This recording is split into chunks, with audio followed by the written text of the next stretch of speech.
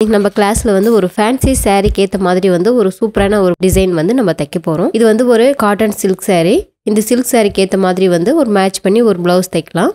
இப்போ இது வந்து ஃபுல்லாக வந்து ஆஃப் ஒயிட் கொடுத்துருக்காங்க. இதுக்கு முந்தானி வந்து ப்ளூ கலரில் கொடுத்துருக்காங்க. இதுக்கு பார்டரும் வந்து ப்ளூ கலரில் கொடுத்துருக்காங்க. அதுக்கு மேட்ச் பண்ணி தான் ப்ளவுஸும் வந்து ப்ளூ கலரில் கொடுத்துருக்காங்க. இந்த சாரீக்கு ஏற்ற மாதிரி இந்த ப்ளவுஸை வந்து நம்ம எப்படி மாடல் பண்ணுறதுன்னு பார்க்கலாம். இப்போ பேக் மட்டும் நான் தனியாக கட் பண்ணி எடுத்து வச்சுருக்கேன். லைனிங் கிளாத்தும் ப்ளவுஸ் கிளாத்தும். இப்போ இதில் வந்து நெக்கு வந்து நான் தனியாக கட் பண்ணாமல் அப்படியே லைனிங் கிளாத்தும் ப்ளவுஸ் கிளாத்தும் ரெண்டும் ஒன்றா வச்சுட்டு நம்ம தையல் போட்டு எடுத்துடலாம்.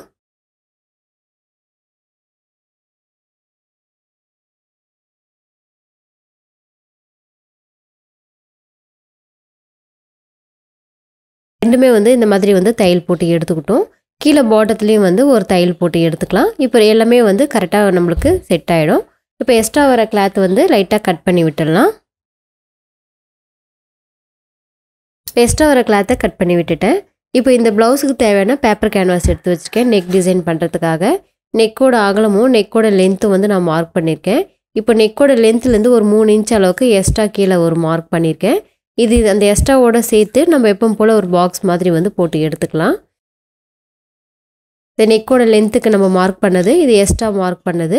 இப்போ இதுக்கு பக்கத்தில் வந்து ஒரு 1 இன்ச் அளவுக்கு எக்ஸ்ட்ரா ஒரு மார்க் பண்ணிடலாம்.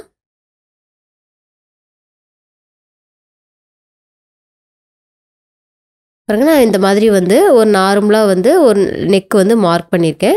அந்த நெக்குக்கு பக்கத்துலேயே வந்து ஒரு 1 இன்ச் அளவுக்கு வந்து எக்ஸ்ட்ராவாக ஒரு மார்க் பண்ணிவிட்டு நான் இதை வந்து பேப்பர் கேன்வாஸில் கட் பண்ணி எடுத்துக்கிறேன். நம்ம ப்ளவுஸ் கிளாத்தில் வந்து இந்த நெக் வந்து நம்ம கட் பண்ணல, நம்ம அப்படி நார்மலாக தான் தைச்சிருக்கோம். இந்த பேப்பர் கேன்வாஸில் மட்டும்தான் இந்த மாதிரி வந்து நெக் மார்க் பண்ணி நம்ம இதை கட் பண்ணி எடுத்து வச்சுருக்கோம். இப்போ சென்டர் பிட் வந்து அந்த 3 இன்ச் அளவுக்கு நம்ம எக்ஸ்ட்ரா ஒரு மார்க் பண்ண பாருங்கள் நெக்கு, அதையும் வந்து கட் பண்ணி எடுத்துக்கலாம். இப்போ இந்த பேப்பர் கேன்வாஸ் வந்து நான் ப்ளவுஸ் கிளாத்லேயே வச்சுட்டு இதை தைச்சி எடுத்துக்கிறேன். நார்மலாக வந்து ப்ளவுஸ் தைச்சிருக்கோம் பாருங்கள், அந்த ப்ளவுஸோட கிளாத் வந்து எக்ஸ்ட்ரா கிளாத்து இந்த மாதிரி வந்து நம்ம எடுத்து வச்சுக்கலாம் டிசைன் பண்ணுறதுக்காக. இப்போ அந்த கிளாத்லேயே இந்த மாதிரி வந்து அந்த கேன்வாஸ் வச்சுட்டு தையல் போட்டு எடுத்துக்கலாம். பாருங்கள், இப்போ தச்சு ஃபினிஷ் பண்ணிட்டோம். உள்ள நெக்குக்கும் வந்து நம்ம தச்சு எடுத்துடலாம். வெளி நெக்குக்கும் அந்த கேன்வாஸ் அளவுக்கு வந்து ஓரமாக தையல் போட்டுட்டேன். உள் நெக்குக்கும் அதே மாதிரி வந்து ஓரமாக தையல் போட்டுட்டு இந்த மாதிரி வந்து ரெடி பண்ணி எடுத்துக்கலாம். இப்போ வெளியில் வர அந்த எக்ஸ்ட்ரா கிளாத் வந்து ஈவனாக கட் பண்ணி எடுத்துக்கலாம்.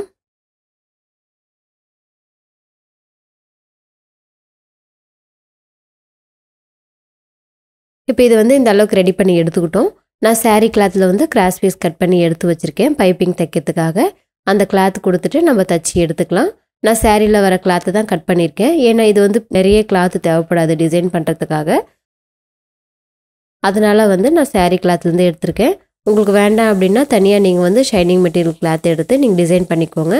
ஏன்னா இந்த சாரீ வந்து காட்டன் சில்க் சாரீ அப்படின்றதுனால கொஞ்சம் ஷைனிங்காக தான் இருக்கும். அதுக்கு மேட்ச் பண்ணி தான் நீங்கள் வந்து கிளாத் எடுக்கணும். அப்போ தான் உங்களுக்கு வந்து அந்த மேட்சிங் வந்து கரெக்டாக இருக்கும். இப்போ இந்த மாதிரி வந்து நான் தச்சு எடுத்துட்டேன். இப்போ இதுக்கு வந்து நான் த்ரெட் பைப்பிங் கொடுத்து ஃபினிஷ் பண்ணி எடுத்துக்கிறேன். இப்போ நார்மலாக வந்து எல்லாத்துலேயுமே நம்ம த்ரெட் பைப்பிங் கொடுக்குறோம். டிசைனுக்கெல்லாம் வந்து த்ரெட் பைப்பிங் கொடுக்கும்போது அந்த பைப்பிங் வந்து ரொம்ப நீட்டாக தெரியும் பார்க்குறதுக்கு. அதனால் வந்து நான் த்ரெட் பைப்பிங் கொடுத்துக்கிறேன். நான் த்ரெட் பைப்பிங் கொடுக்குறதுக்காக தனியாக கைடெல்லாம் வந்து நான் மாற்றலை. சேம் நார்மல் நம்ம ரன்னிங் நம்ம தச்சிட்ருக்கிற டபுள் சைடு கைட்லேயே வந்து நான் தச்சு இதை ஃபினிஷ் பண்ணிக்கிறேன். இப்போ வெளி சைடு வர அந்த டிசைனுக்கு மட்டும் நான் இந்த மாதிரி வந்து பைப்பிங் கொடுத்து ஃபினிஷ் பண்ணிக்கிட்டேன். இப்போ சென்டர் பார்த்து அந்த பேட்சும் நம்ம ப்ளவுஸோட சென்டரும் பார்த்து இந்த மாதிரி வந்து சென்டரில் ஒரு தையல் போட்டு எடுத்துக்கிறேன். ஏன்னா சென்டர் தையல் போட்டுட்டோன்னா அந்த ப்ளவுஸ் வந்து நகராமல் அப்படியே இருந்துடும். நம்ம தைக்கும்போது வந்து அட்ஜஸ்ட் ஆகாது, கொஞ்சம் அப்படியே ஸ்டிப் ஆகிடும். இப்போ நம்ம உள்ள அந்த பேப்பர் கேன்வாஸ் அளவுக்கு உள் நெக் கட் பண்ண பாருங்கள், அந்த நெக் அளவுக்கு தையல் போட்டு எடுத்துக்கலாம். இப்போ இதை வந்து நான் ப்ளவுஸ் கிளாத்தோடு வச்சுட்டு அந்த நெக்கும் சேர்த்து நான் தையல் போட்டு எடுக்கிறேன். இப்போ இந்த அளவுக்கு வந்து நம்ம தச்சிட்டோம். தச்சுட்டு அந்த உள் சைடு வர அந்த நெக்கை வந்து கட் பண்ணி எடுத்துடுறேன். இப்போ வெளி சைடு வந்து சேம் கலர் கொடுத்து சேம் ப்ளவுஸ் கலர் கிளாத் கொடுத்து பைப்பிங் மட்டும் தச்சு ஃபினிஷ் பண்ணியிருக்கோம். இப்போ உள் சைடும் அதே மாதிரி வந்து ப்ளவுஸும் அந்த பேட்சும் சேர்த்து நம்ம தச்சுட்டு இப்போ அந்த அளவுக்கு வந்து கட் பண்ணி எடுத்துருக்கோம். இப்போ அந்த நெக்குக்கும் வந்து நான் பைப்பிங் கொடுத்து ஃபினிஷ் பண்ணிக்கிறேன். இப்போ வெளியில் வர அந்த 1 இன்ச் அளவுக்கு வச்சுருந்தோம் பாருங்கள், அந்த நெக்குக்கும் பைப்பிங் கொடுத்தாச்சு. இப்போ உள்ளே வர நெக்குக்கும் நம்ம த்ரெட் பைப்பிங் கொடுத்து இதை ஃபினிஷ் பண்ணிக்கலாம். பாருங்கள், இப்போ இந்த அளவுக்கு மடிச்சிட்டு நான் த்ரெட் பைப்பிங் கொடுத்துக்கிறேன்.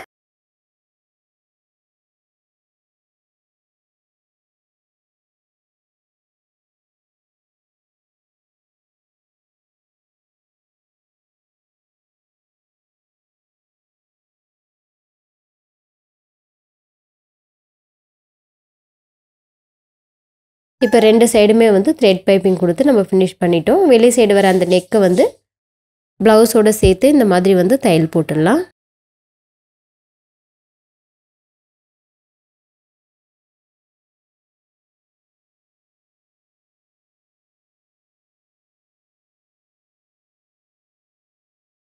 பாருங்க, இப்போ அந்த நெக்கை வந்து நம்ம ஃபினிஷ் பண்ணி எடுத்துக்கிட்டோம். 2 சைடுமே பைப்பிங் கொடுத்து இதை ஃபினிஷ் பண்ணி அந்த நெக்கை வந்து பார்டர் மாதிரி தெரிகிற மாதிரி நம்ம தைச்சிருக்கோம்.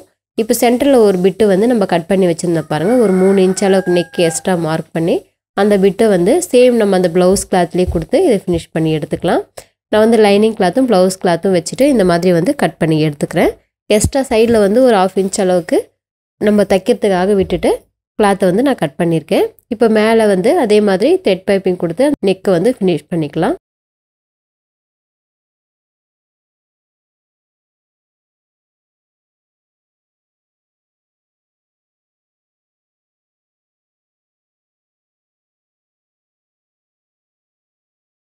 நம்ம இந்த மாதிரி பைப்பிங் கொடுத்து ஃபினிஷ் பண்ணும்போது பார்க்கவே ரொம்ப நல்லாயிருக்கும்.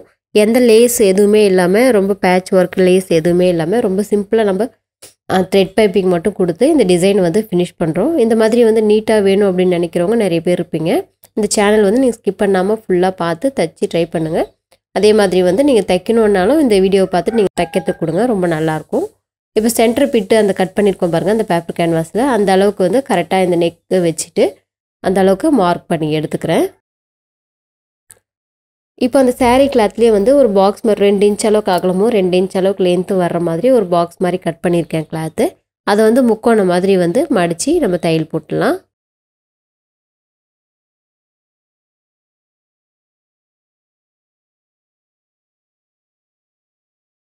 தேவையான அளவுக்கு வந்து இந்த மாதிரி வந்து ரெடி பண்ணி எடுத்திருக்கேன். இப்போ அதை மார்க் பண்ணியிருக்கோம் பாருங்கள். நம்ம அந்த மார்க்குக்கு மேலே வந்து இந்த முக்கோணம் அந்த ஷேப் வச்சுட்டு நம்ம தைச்சி எடுத்துக்கலாம்.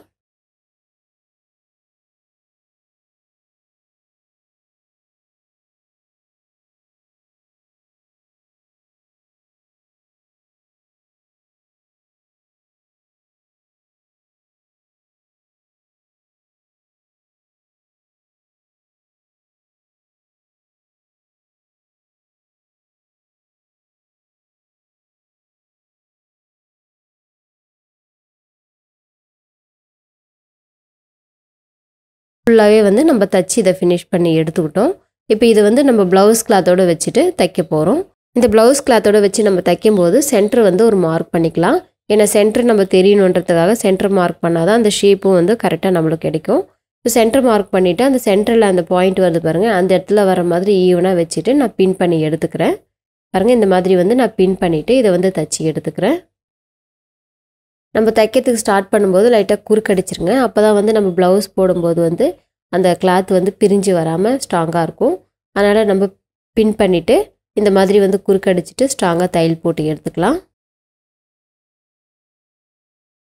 2 சைடுமே வந்து இந்த அளவுக்கு தையல் போட்டேன். பின் பண்ணியிருக்கிறதெல்லாம் வந்து எடுத்து விட்டுறேன்.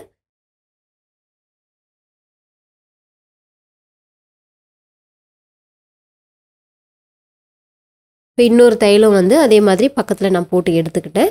இப்போ இந்த ப்ளவுஸுக்கு தேவையான பேக் டாட்டும் வந்து நம்ம பிடிச்சிடலாம். இப்போ 2 சைடுமே வந்து தேவையான அளவுக்கு வந்து பேக் டாட் பிடிச்சிக்கலாம்.